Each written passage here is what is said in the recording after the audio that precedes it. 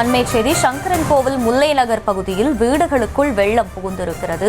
வெள்ளம் புகுந்ததால் தூக்கமின்றி மக்கள் தவிக்கக்கூடிய நிலைக்கு தள்ளப்பட்டிருக்கின்றனர். இது குறித்த அண்மை செய்தியை பார்த்து வருகிறோம். வெள்ளம் புகுந்ததால் மக்களின் இயல்பு வாழ்க்கை கடுமையாக பாதிப்புக்கு உள்ளாகி இருக்கிறது. மற்றும் ஒரு அண்மை செய்தி சங்கர நாராயண சுவாமி கோவிலுக்குள்ளும் வெள்ளம் புகுந்திருக்கிறது. தொடர்ந்து அங்கே மழை பெய்து வந்த நிலையில் கோவிலுக்குள் முழங்கால் அளவிற்கு வெள்ளம் தேங்கி இருக்கக்கூடிய அந்த காட்சிகளை நாம் பார்த்து வருகிறோம். வெள்ளம் தேங்கி இருப்பதால் மக்கள் கடும் அவதிக்கு உள்ளாகி இருக்கின்றனர். தொடரும் கனமழையால் கோவிலுக்குள் வெள்ளம் தேங்கி இருக்கக்கூடிய சூழலில் முழங்கால் அளவுக்கு அங்கே வெள்ளம் தேங்கி இருப்பதால் மக்கள் கடும் அவதி அடைந்து வருகின்றனர். அது குறித்த காட்சிகளையும் நாம் அண்மை செய்தியாக பார்த்து வருகிறோம். சங்கரன் கோவில் சங்கர நாராயண சுவாமி கோவிலுக்குள்ளும் மழை வெள்ளம் புகுந்திருக்கிறது. அதேபோல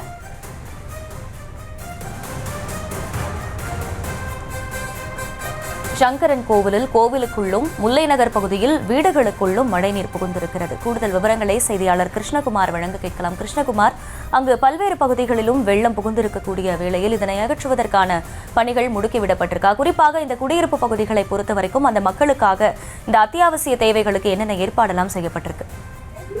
நிச்சயமாக அகிலா, அதாவது தென்காசி மாவட்டத்துல குறிப்பா சங்கரன் கோயில்ல நேற்று மாலையிலிருந்தே கடுமையான கனமழை பெய்தது.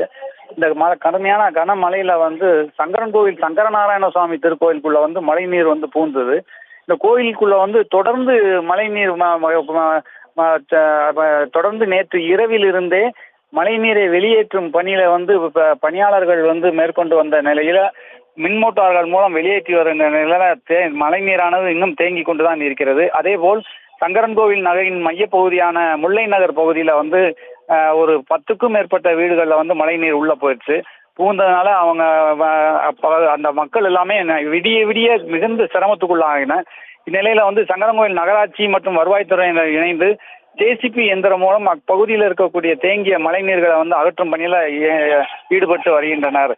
அகிலா, தொடர்ந்து அப்பகுதியில் இருக்க மக்களுக்கு உணவு மற்றும் இதுகளெல்லாம், அதாவது உணவு, உடை, மருத்துவ வசதி போன்ற வசதிகள் எல்லாமே நகராட்சித்துறையும் வருவாய்த்துறையும் இணைந்து செயல்பட்டு வருகின்றனர். அகிலா,